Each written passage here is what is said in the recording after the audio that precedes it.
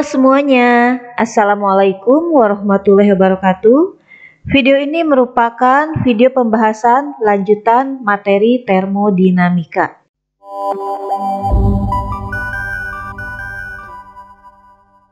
Nah, pada kesempatan kali ini kita akan belajar mengenai fenomena transport.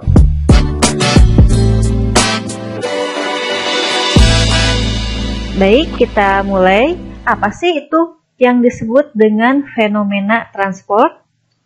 Nah, yaitu merupakan ilmu yang mempelajari mengenai proses transfer massa, panas, dan momentum yang terjadi pada material.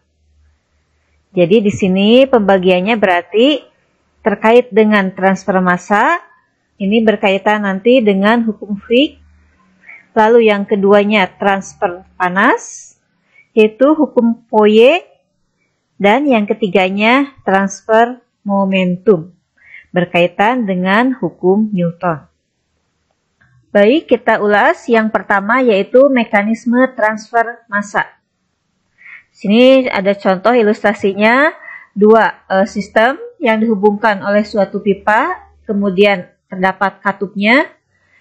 Bagian ruang pertama berisi gas nitrogen, kemudian bagian yang keduanya berisi oksigen atau O2. Nah, jika katup ini atau piston ini dibuka, maka akan terjadi perpindahan massa, baik dari nitrogen ke oksigen ataupun sebaliknya. Nah, jadi bentuk analoginya di sini ada laju ya, laju pergerakan terhadap hambatannya. Ini nilai dari analogi transfer massa. Nah, secara matematisnya di sini kaitannya dengan transfer massa ada yang mengulasnya yaitu hukum Fick. Nah, bentuk hukum Fick dinyatakan dalam model matematik seperti ini dengan J A Z ini menunjukkan flux massa A ya dalam arah Z dengan satuan mol per second meter kuadrat. Sementara nilai D ini menunjukkan difusivitas dari molekul A dalam B. Contoh kalau tadi molekul nitrogen dalam oksigen gitu ya, dengan satuan meter kuadrat per second.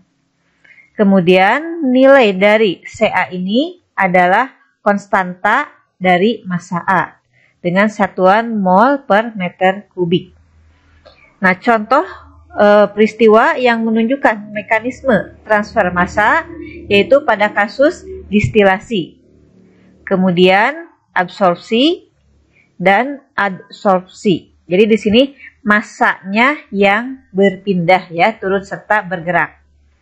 Sementara untuk mekanisme transfer panas, di sini contohnya ada satu batang logam, kemudian salah satu ujungnya dipanaskan. Maka akan terjadi aliran panas dari ujung yang lebih panas menuju batang yang suhunya lebih rendah. Nah, dengan aliran arah seperti ini. Bentuk analoginya sama ya, laju pergerakan terhadap hambatannya. Nah, dari bentuk analogi ini terkait dengan mekanisme transfer panas ada yang namanya hukum Fourier. Nah, dengan bentuk persamaan seperti ini, di mana perbandingan Q terhadap A ini menunjukkan flux panasnya dengan satuan Joule per second meter kuadrat. Sementara nilai dari alfa ini adalah difusivitas panasnya itu sendiri dalam satuan meter kuadrat per second, dan nilai dari rho Cp kali T itu adalah konstanta panasnya dengan satuan Joule per meter kubik. Nah, terkait dengan mekanisme transfer panas, berarti bentuk energi panasnya yang berpindah. Contoh kasusnya yaitu pada proses pengeringan. Suatu benda yang basah, misalnya kena sinar matahari, panas dari matahari ditransfer ke benda yang basah tadi. Jadi energi panasnya yang berpindah, bukan bendanya, bukan massanya. Contoh lainnya lagi ada proses penguapan. Ini kasusnya sama ya, panasnya yang ditransfer. Kemudian contoh lagi juga dalam distilasi. Nah, distilasi ini juga ada mekanisme transfer panasnya. Selanjutnya untuk mekanisme transfer momentum. Nah, contoh di sini ada ilustrasi misalnya ke arah X dan ke arah sumbu Z. Nah, jika ada pergerakan dalam arah sumbu X ya, dengan kasus di sini transfer momentum. Nah, di sini seperti tampak adanya suatu aliran karena di sini teratur ya, bentuk alirannya adalah aliran laminar. Nah, bentuk analoginya sama. Di sini yaitu laju pergerakan terhadap hambatannya. Sementara untuk transfer momentum yang mengulasnya adalah hukum Newton. Hukum Newton yang berkaitan dengan viskositas. Dengan bentuk persamaan seperti ini. Di mana nilai tau ini adalah flux momentum dalam arah Z akibat komponen kecepatan dalam arah X. Ya, dengan satuan seperti ini, kemudian nilai V di sini adalah difusivitas momentum dengan satuannya meter kuadrat per second, dan nilai ini adalah arah dari perpindahan momentumnya. Nah, contoh kasusnya untuk mekanisme transfer momentum yaitu pada aliran fluida. Contoh lainnya ada sedimentasi dan ada pada peristiwa pencampuran. Di situ terjadi transfer momentum. Contoh lagi penyaringan ya. Penyaringan juga ini termasuk peristiwanya ada kasus transfer momentum. Nah, kemudian perpindahan energi panas. Nah, kaitannya dengan termodinamika ini, panas yang berpindah ya. Contoh pada peristiwa memanaskan air nih. Dalam satu wadah ya, ini air dipanaskan, bagian ujung ini pegangannya ya lebih dekat ke sumber panas, maka lebih panas duluan. Nah, panas ini akan ditransfer ke bagian ujung yang lebih jauh. Nah, peristiwa perpindahan panas yang tidak disertai dengan perpindahan materinya, artinya hanya energi panasnya saja yang berpindah. Nah, kasus seperti ini disebutnya konduksi. Jadi ingat, konduksi adalah perpindahan panas tidak disertai dengan perpindahan materi, hanya energi panas yang berpindah. Sementara untuk gambar aliran airnya ini, ya ini misalkan bagian air yang lebih dekat atau yang lebih dasar ini panas terlebih dahulu. Karena ini suhunya meningkat, maka memuai sehingga dia lebih ringan dan selanjutnya akan naik ke bagian permukaan. Dan yang di permukaan akan turun ke dasar, selanjutnya seperti itu. Nah, untuk kasus seperti ini, selain panasnya yang berpindah, materinya molekul H2O-nya juga ikut berpindah. Nah, peristiwa seperti ini disebut perpindahan energi panas secara konveksi. Jadi, konveksi ini energinya berpindah, masanya juga ikut berpindah. Selanjutnya lagi, ada kasus yang ini nih, pancaran ya. Api panasnya itu akan memanaskan lingkungan sekitarnya. Nah, perpindahan panas seperti ini yaitu disebut dengan radiasi. Jadi radiasi itu perpindahan panas melalui hantaran dan tidak memerlukan medium perantara. Kemudian berikutnya berkaitan dengan transfer panas ada yang namanya hukum Fourier ya. Nah, di sini jika flux panas dalam sumbu X dinyatakan sebagai Qx terhadap A, maka bentuk hukum Fourier secara lengkap kita tuliskan seperti ini. Dengan Qx ini menunjukkan tingkat perpindahan panas dalam sumbu X dengan satuan watt. Kemudian A-nya menunjukkan luas permukaan dalam meter persegi. Selanjutnya K itu adalah konduktivitas termal ya. Satuannya watt per meter Kelvin. Dan untuk dt terhadap dx ini adalah laju perubahan suhu dalam arah X. Satuannya Kelvin per meter.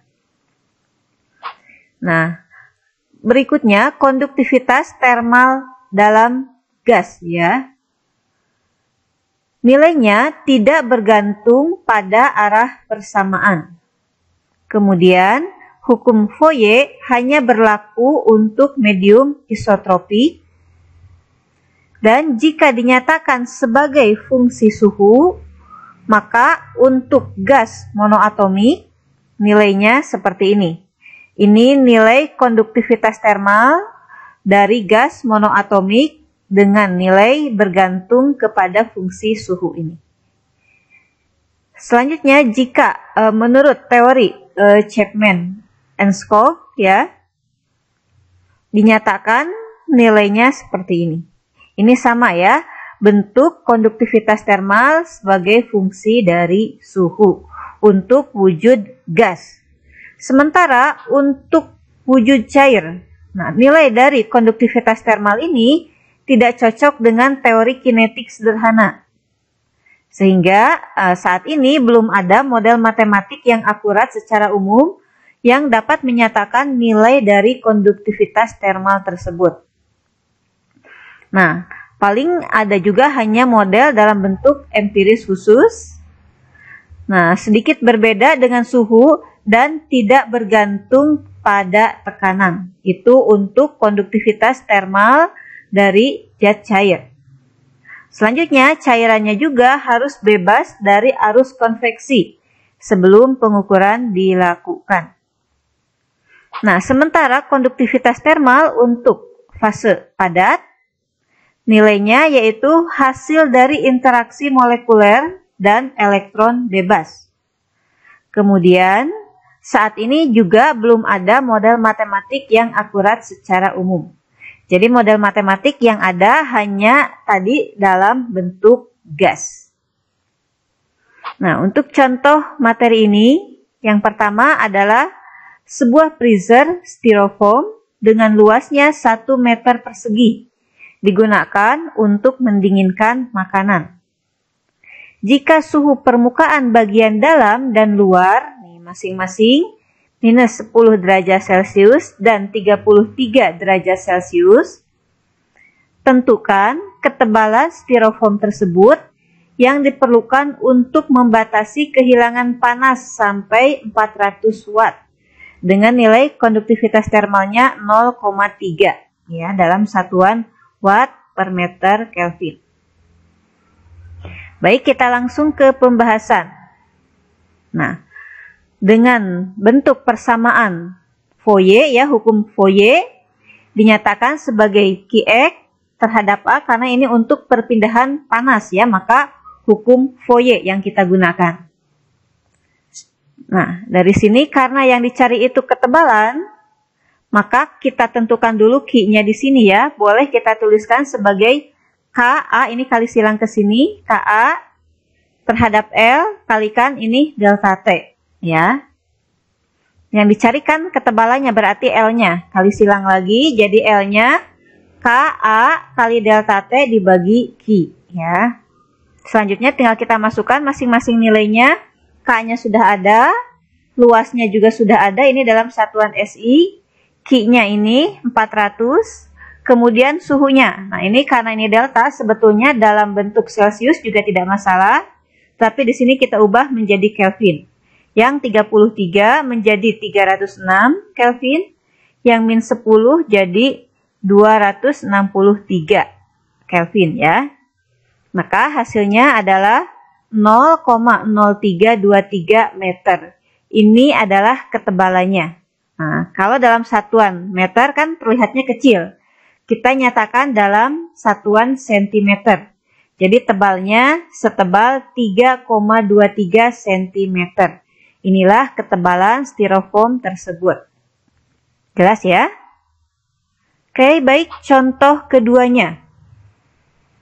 Nah, kita misalkan kita bertugas untuk mengeraskan titanium melalui difusi karbon. Konsentrasi karbon pada 1 mm ke dalam permukaan titanium yaitu 0,25 kg per meter kubik. Dan pada 3 mm konsentrasinya menjadi 0,68 kg per meter kubik.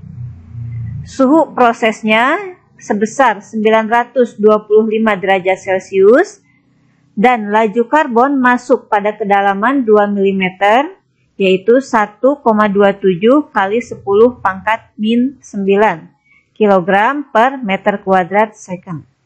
Yang dicari adalah berapakah koefisien difusi pada perlakuan ini. Nah, yang dicari koefisien difusi ya. Baik, kita langsung ke pembahasan. Nah, untuk koefisien difusi kita nyatakan dari bentuk persamaan J sama dengan min D du C du X. Selanjutnya, ini kita bentuk secara matematis du C du X boleh kita nyatakan dalam bentuk delta C terhadap delta X. Ini jika nilainya terukur dengan rentang yang cukup lebar. Nah, di sini delta berarti perubahan ya, perubahannya dari nilai C-nya pertama di sini kan 0,25 dikurangi 0,68. Dengan du X-nya yang ini 0,03 dinyatakan ke meter, kemudian dikurangi 0,01. Nilainya yaitu minus 215 kg per meter pangkat 4. Selanjutnya, nih, di sini kan diketahui laju karbon yang masuknya 1,27. Nah, berarti ini 1,27 kali 10 pangkat min 9 sama dengan min D-nya yang dicari, terus laju konsentrasi terhadap X-nya kan sudah diperoleh, yang barusan ini pindahkan ke sini, sehingga nilai D-nya adalah 5,91 kali 10 pangkat min 12. Ini nilai dari 1,27 ini dibagi 215. Jadi inilah koefisien difusinya dalam satuan meter kuadrat per second. Oke, cukup jelas ya. Selanjutnya, untuk lebih memahami materi hari ini, yuk kita coba latihan soalnya. Ini contoh latihan soalnya nomor 1. Sebuah freezer styrofoam dengan luasnya 0,5 meter persegi dan tebalnya 2,5 cm digunakan untuk mendinginkan makanan. Jika suhu permukaan bagian dalam dan luar masing-masing min 5 derajat Celcius dan 25 derajat Celcius, hitunglah besar panas yang masih bisa hilang dari sistem tersebut jika konduktivitas termalnya sebesar 0,27 W per mK. Jadi yang dicari itu panas atau kalor ya. Silahkan dicoba dulu, nanti jawabannya kita bahas sama-sama. Kemudian nomor 2. Ada suatu termos es, tebalnya 3 cm. Luas permukaannya 30 cm persegi. Mempunyai konstanta konduktivitas termal sebesar 0,2. Nah, ini satuannya sudah SI. Kemudian termos diletakkan dalam suatu ruangan bersuhu 27 derajat Celcius dan menyebabkan daya sebanyak 300 watt berpindah.